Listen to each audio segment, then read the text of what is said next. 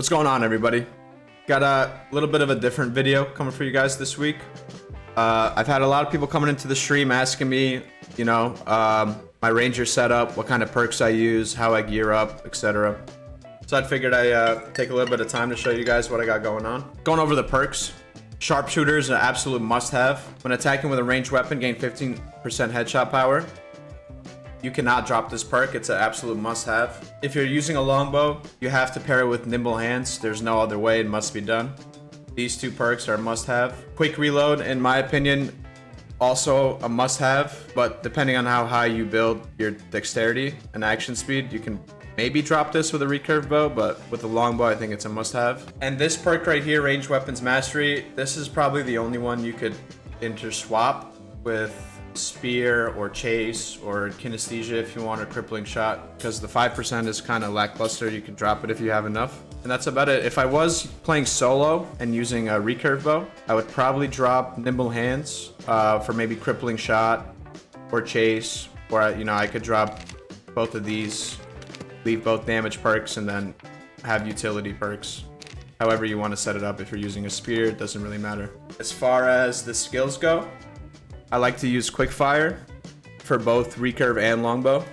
Gain an additional 50% action speed for 8 seconds while using both type weapons. I don't think any other skill kind of comes close to the value you get from quickfire. In my trios crypt loadout, I use penetrating shot. With the current meta being high PDR and everyone stacking really high PDR, it's an absolute must-have. But, however, if I was playing in Goblin Caves, I would probably drop penetrating shot because you don't really see too many high PDR players in the Goblin Caves. I would maybe put on quick shot or drop quick shot for backstep.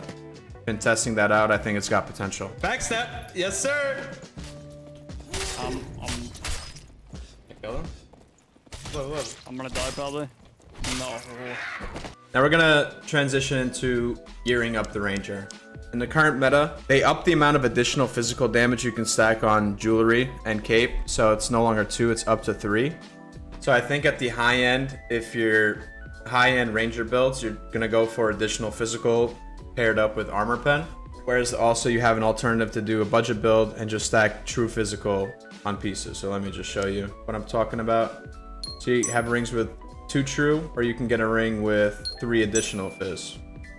So true physical damage ignores armor, additional physical doesn't, but if you pair it up with armor pen, it does the same, but you're just doing more damage essentially. So if you're going for a budget build, I would stack true physical on each one of your rings and your neck piece, like this. This would be a good little budget build. And then once you get more to the high end gear, you want to start stacking additional with armor pen. So fortunately, I was wiped last night, so we have the honor of re-gearing again. This is what my rings are currently looking like. Stacking additional physical with the armor pen. So I like to get armor pen on any piece that it could roll on. So I could roll on the helmet, gloves, cape, and jewelry. So you want to make sure you're stacking enough armor pen if you are going for the armor pen with additional build. This is how I currently have my build set up. I got a nice little forest head, 2 decks, 3.4 armor pen, 1 fizz dam bonus, paired up with a pair of riveted gloves, 2 additional armor pen, 2 fizz dam bonus. Then I have a cape, a dex cape with armor pen, 2 true and max health. I would prefer if the true fizz was additional. Unfortunately, there's just no good ones on the market, so we have to make do with what we got. When it comes to the chest and legs, those are 2 pieces that you're able to roll 2 all on, and I think the value is just way too high with the 2 all gear currently. They might change that in the future, but at the current moment, you need the 2 all on the chest and pants. So this is what my chest and pants are currently looking like. You can use other chest pieces, like a doublet will work too, because it's got the base dex. I like to hit if I'm using a longbow, I like to hit 25% action speed, and the wanders and the cloth pants really help hitting that threshold. As far as the boots go, adventure boots work as well. Heavy boots also are really good because they help you boost that fizz power up. A healthy number of fizz power would be anywhere above 25, 30. You don't really need to force too much as long as you have damage on all your jewelry. A lot of people have been asking me why I prefer the longbow over the recurve bow. It just comes down to a preference thing. I think in the crypts, you're gonna find yourself in a lot more long range like poking battles. So I think the longbow has just way more value. As for the longbow rolls, you're looking for a 45 weapon base with 3 additional and armor pen. Those are your most important rolls on your longbow. Recurve bow I do think is your go-to for the goblin caves because you're by yourself. You don't really have anyone body blocking, so the distance people are going to be able to close in on you is going to be way easier. So you need to have a little bit of movement. But like I said, the projectile speed on the recurve bow is just way slower compared to the longbow. So at medium to long range, the longbow just clears by a lot. But with that being said, I do think the recurve bow is the best option for the goblin caves. I have been enjoying the spear a lot because everyone has been building high PDR, and penetrating shot works paired up with the spear as well. So if you ever have a high PDR fighter or barbarian just kind of aping you, you have something to keep distance, and you're also pretty lethal with it. As far as rolls go, same thing like longbow. You want a high weapon base. I think max is 45. I was only able to find 144. But it does have the 3 weapon damage and the armor pen roll, so those are our most important rolls. So I throw that on. If I don't have the option to use a good spear, I would probably drop the spear perk, and I would put on ranged weapons mastery, and then I would substitute it with a rapier and a lantern. I don't think it really matters what you pick. You can definitely use an arming sword. It always just comes down to preference. Just a rapier or an arming sword with a lantern, preferably with 2 weapon damage, and you're good to go. The most optimal race to play as a ranger. They always ask me if orc is the best, and it probably isn't. You gain the 1 strength, but you lose the agi. But I have been playing orc for a really long time. Female orc is just who I am, and I can't change that. I can't change that about myself, so it is what it is.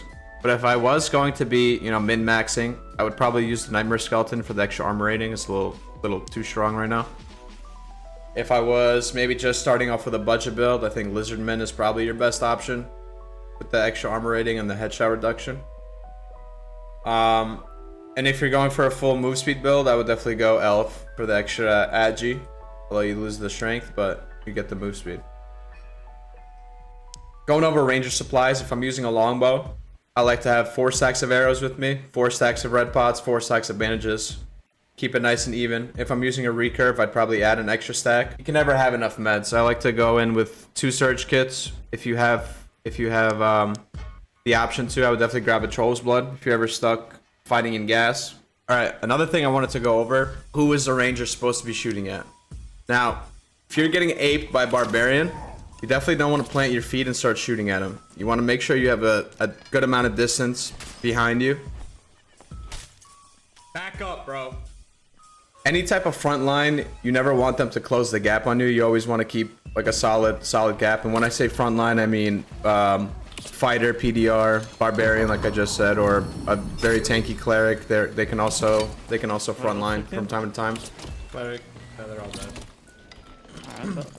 Your main job as a ranger is to kind of pick off the back line and make sure anybody in the back behind the front line is not able to do whatever they want. Meaning if they have another ranger, another wizard, or maybe just a bard sitting in the back buffing up the front line, you want to make sure you're putting pressure on the back line as much as possible.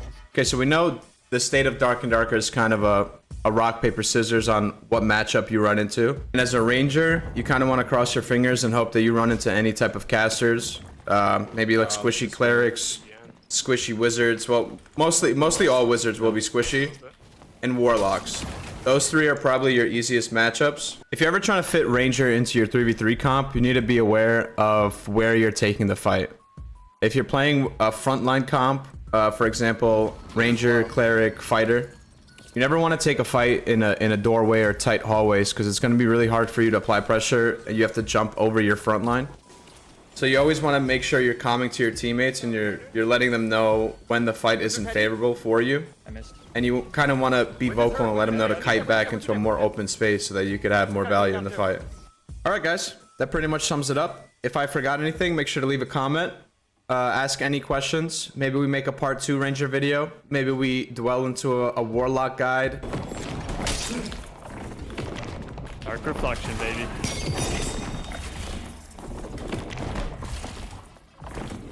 And that's it. Thank you guys for the support. Don't forget to like, comment, subscribe, all that good stuff. Check out the Twitch. Live every day at the same time. Thank you so much for watching. Peace.